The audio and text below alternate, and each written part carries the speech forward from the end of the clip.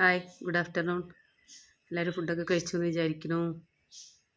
ഇപ്പം ഇങ്ങനെ കുറച്ച് ദിവസങ്ങളായി വീഡിയോസൊക്കെ ഇട്ടിട്ട് അപ്പം ഇന്നൊരു വീഡിയോ ചെയ്യാമെന്നിങ്ങനെ വിചാരിച്ചു. ഞാൻ ഇന്ന് ഷോപ്പിൽ കറണ്ടൊന്നും ഇല്ലാതെ കുറച്ച് പണിയിട്ടിരിക്കുക കേട്ടോ. അപ്പം അങ്ങനെ ഇപ്പം ഇന്നലെ ഒരു വാർത്തയിലെ നമ്മുടെ പ്രശസ്ത സിനിമാ നടൻ സലീം കുമാറിൻ്റെ വിയോഗം അല്ലേ, വല്ലാത്തൊരു ഷോക്കായിപ്പോയി. കുറച്ച് കാലമായി ആളിങ്ങനെ അസുഖവും കാര്യങ്ങളൊക്കെ ആയിട്ട് ഇങ്ങനെ ഇരിക്കുകയായിരുന്നു എന്നൊക്കെ പറഞ്ഞു. അപ്പോൾ എന്താ പറയുക, നമ്മുടെ മരണവാർത്തയാണെങ്കിൽ പോലും ആ ഒരു നിറഞ്ഞ ചിരിയുള്ള മുഖം നമുക്കും അതൊരു ചിരിയോട് കൂടിയിട്ട് ഓർക്കാൻ പറ്റുള്ളൂ.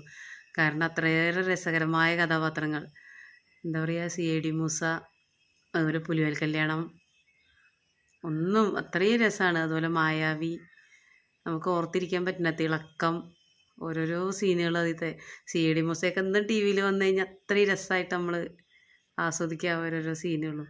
അത്രയും നന്നായിട്ടാണ് അഭിനയിച്ചത്. നമ്മളൊക്കെ അത്രയേറെ രസകരമായിട്ട് ഓർത്തിരിക്കുന്നതാണ് അദ്ദേഹത്തിൻ്റെ ഓരോരോ കഥാപാത്രങ്ങളും. പിന്നെ പ്രത്യേകിച്ച് ഇന്നലെ നടന്നൊരു മരണാനന്തര ചടങ്ങുകൾ, ആൾക്കാർ എന്താ പറയുക, സ്വയബോധം നഷ്ടപ്പെട്ട കുറേ മനുഷ്യന്മാർ. ഒരു മരണാനന്തര ചടങ്ങാണ് അവിടെ നടക്കുന്നതെന്ന് പോലും അറിയാത്ത രീതിയിൽ വീഡിയോസൊക്കെ കണ്ടപ്പോഴേ നമുക്കൊരു ഇറിറ്റേഷൻ തോന്നുക. കാരണം ഒരാളുടെ മാനസികാവസ്ഥ എന്താണെന്ന് അറിയാത്ത രീതിയിലുള്ളൊരു പെരുമാറ്റം. ദിലീപിനെയൊക്കെ കാണാൻ വന്ന ആൾക്കാരുടെ മുന്നിൽ ഫോണൊക്കെ പിടിച്ച് സെൽഫി എടുക്കുന്നു.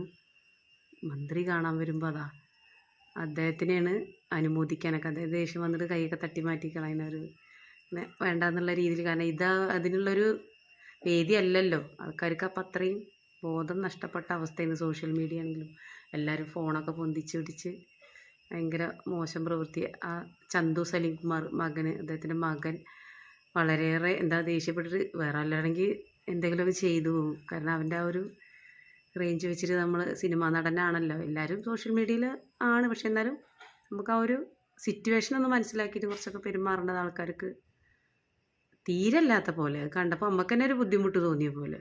ഇത്രയും ആൾക്കാർക്ക് ഇത്രയും വിവേകം നഷ്ടപ്പെട്ടോ എന്ന് തോന്നിപ്പോകും കണ്ടു കഴിഞ്ഞ്.